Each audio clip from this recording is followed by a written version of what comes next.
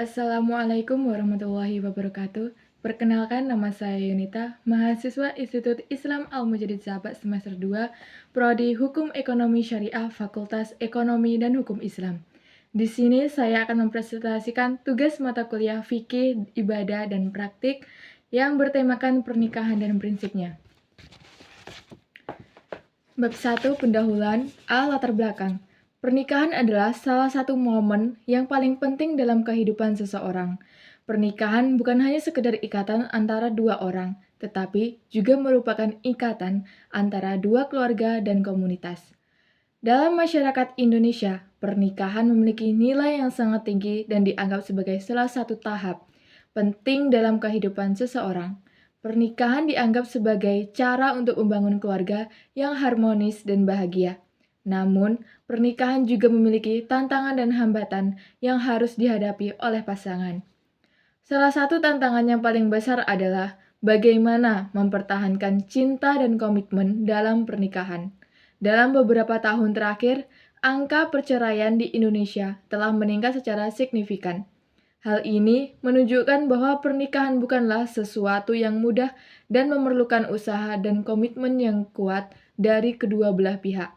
Oleh karena itu, perlu dilakukan penelitian dan analisis yang lebih mendalam tentang faktor-faktor yang mempengaruhi keberhasilan pernikahan.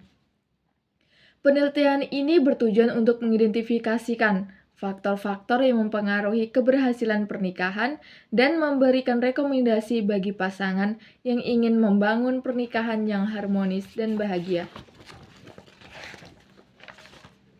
Bab 2, pembahasan pengertian pernikahan. Pengertian pernikahan secara umum. Mengutip laman Kemenak, pernikahan adalah ikatan lahir dan batin dari seorang laki-laki dan perempuan. Berarti siapa saja yang siap menikah, maka harus siap diikat. Ikatan pernikahan itu akan melahirkan hak dan kewajiban antara pasangan, maka mereka harus benar-benar memahami hak dan kewajiban masing-masingnya. Menurut Undang-Undang Nomor 1 Tahun 1974 Pasal 2 Ayat 1 tentang perkawinan, pernikahan atau perkawinan merupakan ikatan lahir batin antara seorang pria dengan seorang wanita sebagai suami istri dengan tujuan membentuk keluarga rumah tangga yang bahagia dan kekal berdasarkan ketuhanan yang Maha Esa.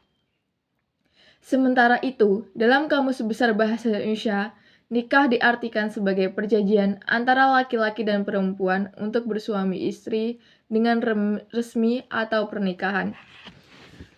Pengertian pernikahan menurut agama Islam.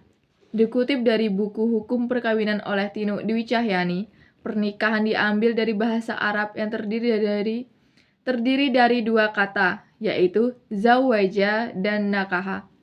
Disebutkan dalam Al-Quran bahwa nakaha artinya menghimpun dan zawaja artinya pasangan. Pernikahan menurut Islam adalah satu akad atau perjanjian yang mengandung kebolehan melakukan hubungan seksual dengan memakai lafaz nikah atau tajwid. B. Prinsip pernikahan. 1. Prinsip mitsaqon qoliza atau komitmen suci. Pernikahan merupakan amanat dari Allah Subhanahu wa Ta'ala. Amanat adalah sesuatu yang diserahkan kepada pihak lain disertai dengan rasa aman dari pemberinya, karena yakin bahwa apa yang diamanatkannya itu akan dipelihara dengan baik. Istri adalah amanat Allah kepada suami. Demikian pula suami merupakan amanat Allah kepada istri. Suami istri telah berjanji dengan nama Allah untuk menjaga amanah itu. Janji inilah yang dimaksud dalam Al-Quran dengan mitsaqon qoliza. Istilah itu dapat dimaknai dengan komitmen suci atau perjanjian yang teguh.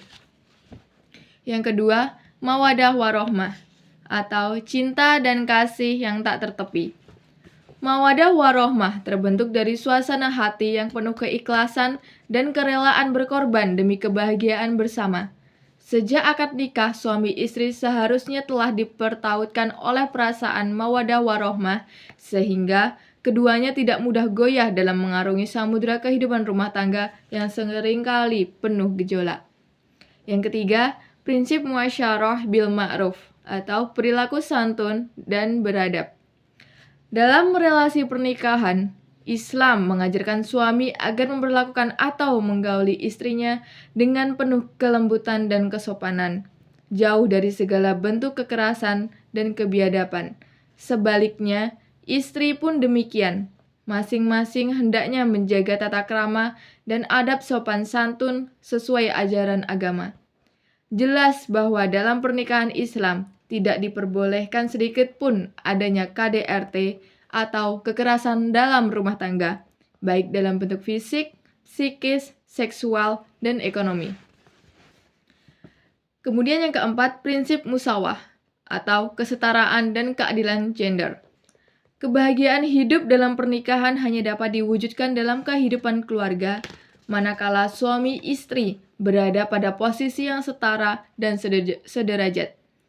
Itulah yang sekarang diistilahkan dengan kesetaraan dan keadilan gender. Sebab, bagaimana mungkin suami istri bisa saling menghargai, saling menghormati, dan saling terbuka jika sang suami memandang istri lebih rendah atau lebih tinggi?